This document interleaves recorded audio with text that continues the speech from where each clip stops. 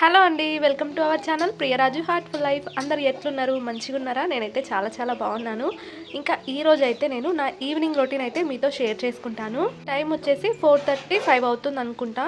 ఇంకా ఈ టైంలో అయితే మా ఇంట్లో కొన్ని పనులు అయితే స్టార్ట్ అవుతాయి. ఇంట్లోనే కాదు, ప్రతి ఒక్కరి ఇంట్లో కూడా 3 నుంచి ఇంకా పనులు స్టార్ట్ అవుతాయి. వంట చేస్తేనే ఇంకా ముగిసిపోయినట్టు కాదు, పిల్లలకి తినిపించి పడుకోబెట్టిన తర్వాతే ఇంకా ఆ పనులన్నీ అయిపోయినాయి. మా ఆయన అయితే బియ్యం పట్టించుకు రావడానికి పక్కూరికి వెళ్ళిండు. ఇంకా దానికోసం సంచులన్నీ తీసిండనమాట. ఈ సంచులన్నీ మళ్ళీ సర్ది పెట్టాలి. ఇప్పుడు ఇంకా రాలేదు. మేమైతే ఈరోజు సండే కదా, చికెన్ తినాలనిపించింది, చికెన్ చేసుకుందాం అనుకున్నాను. కాకపోతే బేబీకి ఇంజెక్షన్ వేయించినందుకు ఫీవర్ ఉంది కదా, ఇంకా అట్లని ఫీవర్లో చికెన్ తినొద్దు అంటారు కాబట్టి ఇంకా సండే చికెన్ లేదు. చెప్పు నాన్న, చెప్పు. అలిగినావా? నా తండ్రి, నా చిన్ని తండ్రి మంచోడు. చెప్పురా, చెప్పు. హలో ఫ్రెండ్స్ అను అనరా. నిద్రలకి లేస్తే రాక్షసుడు. నువ్వు బజ్జుకున్నావు కదా నాని, యాక్టింగ్ చేసినావా బజ్జుకున్నట్టు? అమ్మా, వాళ్ళకైతే ప్రతిరోజు ఏదో ఒక పండుగ అనమాట. ఇంకా డీజే పెట్టుకుంటారు, ఎగురుతారు. వైఫై పెట్టించినప్పటి నుంచి నాకేమో కానీ వీళ్ళకి మాత్రం మస్తు యూజ్ అవుతుంది. బొమ్మలు చూడనికే, పాటలు విననికే, డ్యాన్స్లు వేయనికే. అగో ఆడ డీజే పాటలు పెట్టుకున్నాడు, ఇక ఈడ ఎగురుడు. పెద్దోడు పడుకున్నట్టు కళ్ళు మూసుకొని యాక్టింగ్ చేస్తుండు. నేనేమో నిజంగానే పడుకున్నాడు అనుకుని బయటకు వచ్చేసిన. ఒక్కొక్కసారి ఒక్కోడైనా సరే టీవీ చూసుకుంటా అట్లనే కూర్చుంటాడు. కొన్నిసార్లు ఏమో భయపడతాడు, ఒంటరిగా అస్సలు ఉండడు. సండే కదా, ఇక అన్నదమ్ములు ఇద్దరు అక్కడిక్కడ పోయి ఆట ఆడి నెత్తిన మొత్తం ఇసుక పోసుకొని వచ్చిర్రు. ఇక ఇద్దరికి కూడా మంచిగా తలస్నానం అయితే చేపించిన.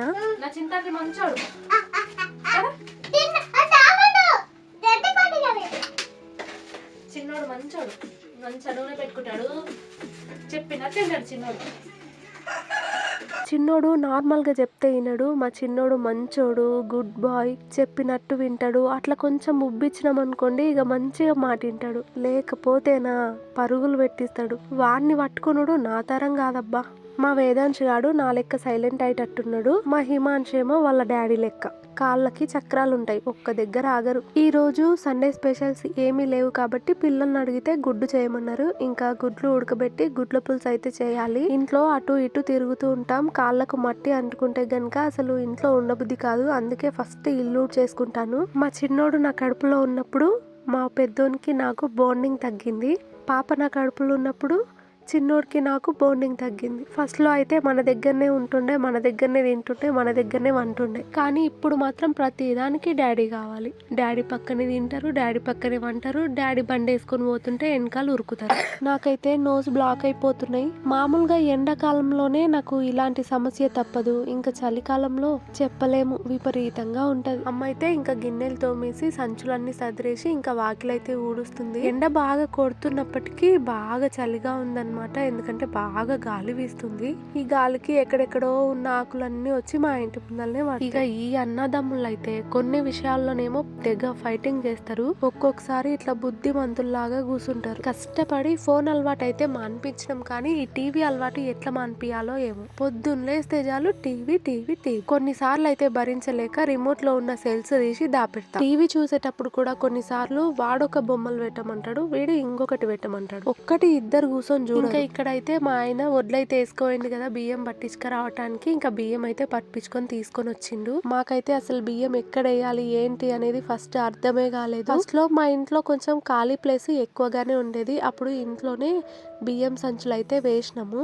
ఒకరోజు అర్ధరాత్రి ఇంట్లోకి పాము జొర్రి ఆ బియ్యం సంచుల్లో పడ్డది. ఇక మా ఆయన ఒక్కడు ఆ బియ్యం సంచులన్నీ తీసి పామును పట్టి సంపుడు చాలా కష్టం అయిపోయింది. ఇంకా తర్వాత ఆ బియ్యం అన్ని కూడా తీసుకొని కొన్ని రోజులు మా పెద్దత్తమ్మల ఇంట్లో అయితే వేసినాము.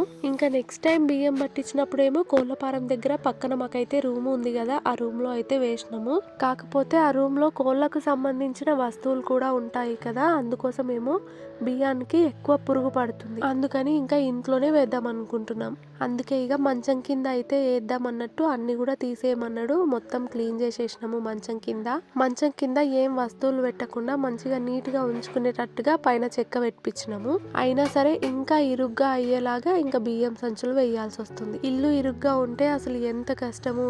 మేమైతే ఇంట్లో మనుషులం ఎక్కువైతున్నాం, వస్తువులు ఎక్కువైతున్నాయి, ఇల్లేమో చిన్నగా అవుతుంది. ఇంకా ఒక్క రూమ్ ఉంటే గనుక మాకు మంచిగా సెట్ అయ్యేది. బట్టలన్నీ కూడా గజిబిజిగా అయిపోయినాయి. అంతేకాదు సగం బట్టలు మడత పెట్టడానికే ఉన్నాయి అన్నమాట.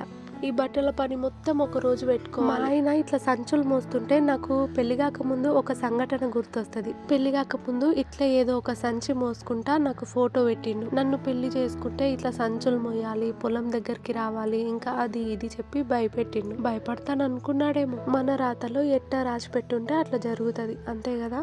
నేను ఉదయం లేచి వాయిస్ ఇస్తుంటే యువతల పెద్దోడు యువతల చిన్నోడు గురుకలు కొడుతురు. మా ఆయన పొద్దున్న లేచి కోళ్ళపారంకి వెళ్ళిన తర్వాత వీళ్ళకి మెలకువ గనుక వచ్చిందనుకోండి, ఇక ఏడ్చుకుంటా చక్కగా లోపటింట్లోకి వస్తారు. ఇక పాపను ఎక్కడ లేపుతారు అన్న భయానికి అటు పక్కన ఒకరిని ఇటు పక్కన ఒకరిని వేసుకొని మధ్యలో పడుకుంటాను. ఇంకా మా ఆయన ఏ పనైనా సరే ఇట్టే పట్టేస్తాను. నాకంత నాలెడ్జ్ అయితే అస్సలు లేదు. ఎప్పుడైనా బయటకు వెళ్ళినప్పుడు దారి గజిబిజిగా ఉందనుకోండి, వెళ్ళింది ఫస్ట్ టైమే అయిందనుకోండి, అయినా సరే మా ఆయన కరెక్ట్ గా రూట్ గుర్తు పెట్టుకుంటాడు. కానీ నేను మాత్రం అసలు ఎటు నుంచి పోయినాం, ఎటు వస్తున్నాం అవేవి ఐడియా ఉండదు. తొందరలో మా పెళ్లి రోజు దగ్గరకు వస్తుంది. ఏదైనా గిఫ్ట్ ఇవ్వచ్చు కదా అని అడిగితే ఒక బర్రెని కొనిస్తాడు. ఉన్న పనులు సరిపోతలేవు, నేను చాలా ఖాళీగా ఉంటున్నా, అందుకే చూసుకోవటానికి ఒక బర్రెని ఇప్పిస్తాడంట. ఇక్కడ ఉన్న చెత్త మొత్తం మళ్ళీ సర్దాలి. నీట్ గా ఉన్నదాన్ని పీకి పడేయటం ఒక ఎత్తు అయితే వాటన్నింటినీ సదరటం మరో ఎత్తు. ఇక్కడున్న బట్టలన్నీ కూడా మడత పెట్టేవే. ఎప్పుడు మడత పెడతామో ఏంటో. ఏదైనా పని బద్ధకంగా ఉంది అంటే అది బట్టలు మడత పెట్టడమే. ఇంకా మా బీరువా అయితే ఓపెన్ చేస్తే చాలు మొత్తం కింద పడతాయి. ప్రస్తుతం అట్లుంది. మాకే ప్లేస్ లేదంటే మళ్ళీ ఇంట్లో ఈ బియ్యం సంచులు అయినాయి. అన్ని ఎక్కడెక్కడ వేయాలి, ఎక్కడెక్కడ సెట్ చేయాలి అసలు అర్థం కాలే. మొత్తానికి అన్ని సంచులను అయితే ఏదో విధంగా పట్టించేసిండు. ఏం చేస్తాం, ఏ ఆప్షన్ లేనప్పుడు ఉన్నదాన్నే వాడుకోవాలి. మన రాతలో ఇల్లు కట్టుకోవడం, గోల్డ్ కొనటం ఉందో లేదో, ఎందుకంటే రేట్లు అట్లా పెరిగిపోతున్నాయి. మరి ఎక్కడ ప్లేస్ లేదు కాబట్టి ఉన్న సంచులన్నీ ఇంకా మంచం కింద అయితే సెట్ చేసేసిండు. ఇంకా ఎక్కడ వేసినా మాకు ఇబ్బందిగా ఉండేది, కొంచెం బెటర్ అని చెప్పుకోవాలి. ఇప్పుడు బియ్యం అయితే మేము బదులు తీసుకున్న వాళ్ళకి ఇచ్చేస్తాము. ఒకటో రెండో సంచులు ఎవరైనా అడిగితే అమ్ముతాము, మిగతావైతే మేము తినటానికి మేమే ఉంచుకుంటాము. ఎందుకంటే మాకు సరిపోక మళ్ళీ మేము బదులు తీసుకోవాల్సి వస్తుంది. ఇంకా కిందున్న సామాన్లన్నీ పెట్టుకోవటానికి ప్లేస్ లేదు కాబట్టి పైన అయితే పెట్టించేస్తున్నాను. ఇవన్నీ కూడా ఉండనులే అన్నట్టు మంచం కింద అయితే పెట్టాను అనమాట. ఇప్పుడు మంచం కింద ప్లేస్ లేదు కదా, అందుకని పైనకి పెట్టేపిస్తున్నా. ఇక్కడ పడదు కదా, ఎలకలు దొబ్బితే మేము ఉంటాం అసలే. అది షేర్ దిగి కింద పడితే మన ఎత్తిన పడుతుంది. డబ్బా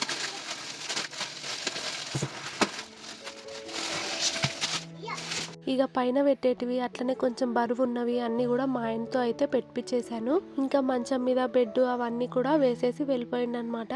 నేనైతే ఇక బెడ్షీట్ అయితే వర్చేసుకొని పాపవన్నీ కూడా సర్ది పెట్టుకుంటున్నాను. పాపకి కావాల్సిన పొత్తిళ్ళు కానీ బట్టలు కానీ నేనైతే నా పక్కనే పెట్టుకుంటాను. నైట్ టైము దూరంగా ఉంటే గనక ఇబ్బంది అవుతుంది కదా, అందుకని పక్కన ఉంచుకుంటాను అనమాట. చాలా మంది డైపర్ వాడుతున్నారా అని అడుగుతున్నారు. మార్నింగ్ టైంలో అయితే నేను వాడను. ఎప్పుడో ఒకసారి మార్నింగ్ టైంలో బాగా సతాయించి తనకు డిస్టర్బ్ అవుతుంది అంటే గనుకనే వేస్తా, లేకపోతే వేయను. ఎందుకంటే మార్నింగ్ టైంలో పడుకోకపోతే నైట్ టైం అయినా పడుకుంటుందిలే అనుకుంటాయి. నైట్ టైం వేయకపోతే గనక ఇంకా హాఫ్ అన్ అవర్కి ఒకసారి లేచి మార్చాల్సి వస్తుంది. లేవటము మార్చటం పెద్ద కష్టమేమి కాదు, కాకపోతే ఇంకా మొత్తం చల్లగా చేసేసుకుంటుంది. అట్లనే ఫ్రాక్ కూడా తడిపేసుకుంటుంది. పొత్తిల్లి ప్యాంటే కాదు డ్రెస్ కూడా మార్చాల్సి వస్తుంది. అంతేకాకుండా ఇంకా అస్సలు నిద్ర ఉండదన్నమాట పాపకి, అందుకోసమని వాడుతున్నాను. ఇది చలికాలం కాబట్టి వాడుతున్నాను, లేకపోతే అసలే వాడను. మా ఇద్దరు పిల్లలకి కూడా నేను అసలు డైపర్సే వాడలేదు. ఎక్కడికైనా బయటికి వెళ్తేనే వేస్తా, లేదంటే ఇంకా లేదు. ఇక ఎక్కడవక్కడ సర్దేసుకొని పాపనైతే పడుకోబెట్టాను.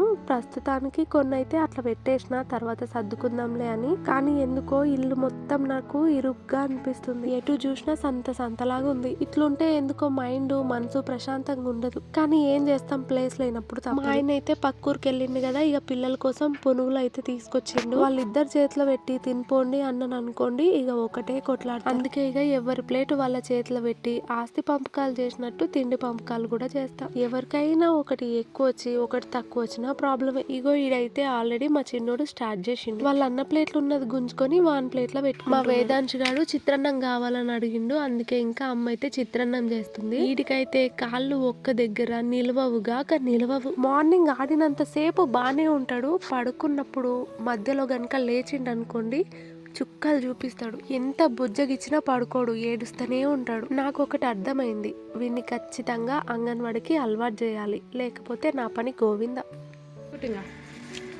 బాగుందా గుండు? బాగుందా?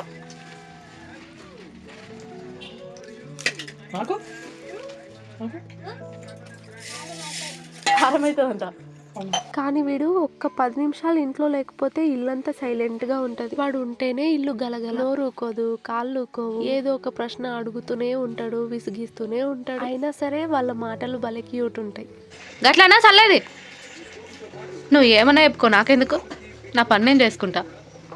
పాప అయితే అసలు చాలా డల్గా ఉంది, ఫీవర్ పట్టినందుకో ఏమో గట్టిగా ఏడవట్లేదు, నన్ను సతాయించట్లేదు, మబ్బు మీద పండుకుంటుంది. ఇంకా ఈరోజు మార్నింగ్ మొత్తం అట్లనే పండుకొనే ఉంది. బాగా గట్టిగా ఏడిస్తేనే మా ఇంట్లో కొంచెం లొల్లి ఉంటుంది, సైలెంట్గా వండుకుంటే డల్గా అనిపిస్తుంది నాకు కూడా. ఓ మంచి తల్లి, నిద్ర వస్తుందా అవే?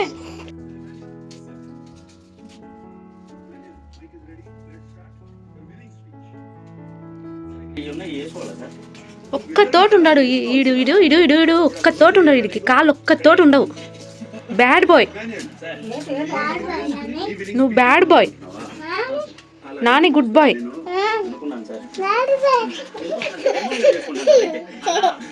ఇక్కడ ఇంకా ఇక్కడైతే ఎగ్ పులుసు చేస్తున్నాను. పాప పడుకున్న తర్వాత ఇంకా వంట స్టార్ట్ చేసిన. పిల్లలైతే చిత్రాన్నంతోనే తిన్నారు. ఇంకా సాయంత్రం నుంచి ఎగ్గు కావాలని సతాయించిండ్రు. ఇంకా చేసేలోపు పడుకున్నారు. ఇంజెక్షన్ వేయించిన నెక్స్ట్ డే అయితే పాప చాలా డల్గా ఉండే, అంటే మామూలుగా కింద పడుకోబెట్టగానే ఏడుస్తుండే, అలాంటిది కింద పడుకోబెట్టినా ఏడవట్లేదు. మా పిల్లలు ఎంత సౌండ్ చేసినా ఏమనట్లేదు, ఎత్తుకున్నా కూడా డల్ గా చూస్తుంది. అట్లుంటే నాకు ఏదోలా అనిపించింది. ఇంకా నాకు బాగా ఎత్తుకొనే ఉండాలనిపించింది. పిల్లలకు అమ్మ ఒడి కంటే ఇంకా ఏది రిలీఫ్ గా ఉండదు కదా, అందుకే ఎక్కువ మటుకు నేను ఎత్తుకునే ఉన్నా. మా పెళ్లి రోజుకి మా ఆయన్ని ఒక ప్లేస్ కి తీసుకెళ్ళమని అడిగాను, తీసుకెళ్తే బాగుండు. నా వాయిస్ కొంచెం పోయింది, మాట్లాడుతుంటేనే ఏదో విధంగా వస్తుంది గొంతులోంచి. నాకు ఎండాకాలం కానివ్వండి, చలికాలం, వానకాలం, ఏ కాలం అని తేడా లేదు.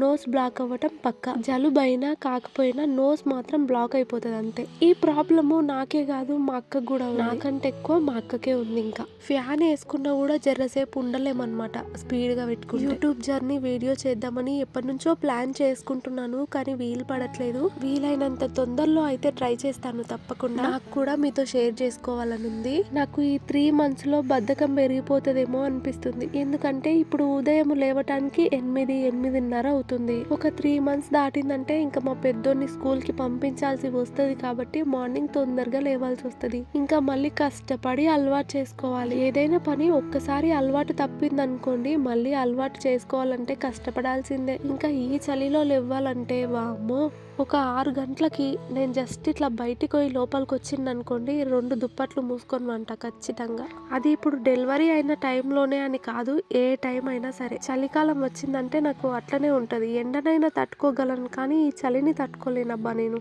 ఇక గుడ్ల పులుసు అయితే అయ్యింది. నాకు నోస్ బ్లాక్ అవ్వటం కానీ, గొంతు కొంచెం గరగరగా ఉండటం కానీ ఇట్లా ఉన్నా సరే ఖచ్చితంగా చికెన్ తినాలనిపిస్తుంది. ఇట్లా ఉన్న టైంలో కొంచెం కారంగా చికెన్ తిన్నాం అనుకోండి, తగ్గిపోయినట్టుగా ఉంటుంది. మా ఆయనకి బాగా జలుబైనా సరే కొంచెం బాగా మసాలాలు వేసి చికెన్ చేయమంటాడు. ఘాటుగా ఉంటే కొంచెం తొందరగా తగ్గుతుందని. ఏమైందో ఏమో, అసలు మార్నింగ్ టైంలో నిద్ర పట్టదు, నైట్ టైం కూడా నిద్ర పట్టట్లేదు. ఒకవేళ నిద్ర వచ్చింది అనుకోండి, ఆ టైంకి పాప ఏడుస్తుంటది. పాప స్కిన్ డ్రైగా కనిపిస్తుంది, లోషన్ తెప్పించుకోండి అని చాలా మంది చెప్పారు కదా. ఇంకా ఆయన ఎట్లోగా పక్క ఊరికి వెళ్ళిండు కదా అని ఆయనకి కాల్ చేసి చెప్తే తీసుకొచ్చిండు. మా ఊర్లో దొరుకుతుందో లేదో తెలీదు. ఇంకా పక్క ఊర్లో అయితే మెడికల్ షాప్ ఉంటది, అందులోనైనా ఉంటాయి కదా, లేకుంటే సూపర్ మార్కెట్ కూడా ఉంటది. దాంతో పాటు గ్రైప్ వాటర్ అయితే తెప్పించుకున్నాను. మా పిల్లలిద్దరికి కూడా వాడాను నేను, అందుకే ఇంకా పాపకి కూడా వాడదామన్నట్టు తెప్పించుకున్నాను. కొందరేమో ఇది యూజ్ చేయొద్దు అంటారు, కొందరేమో యూజ్ చేస్తారు. నేనైతే వాళ్ళిద్దరికి కూడా యూజ్ చేశాను. ఇంకా నెల లోపట్నే యూజ్ చేసిన వాళ్ళకైతే. పాపకి ఇంకా లేట్గా తెప్పించిన. నాకు దీని మీద అసలు అంత ఐడియా లేదు, ఎందుకో సడన్ గా గుర్తొచ్చింది. ఇంకా అందుకే మా ఆయనకి చెప్తే తీసుకొచ్చిండు. డేలో 1 time కానీ లేకుంటే 2 times కానీ వేస్తా.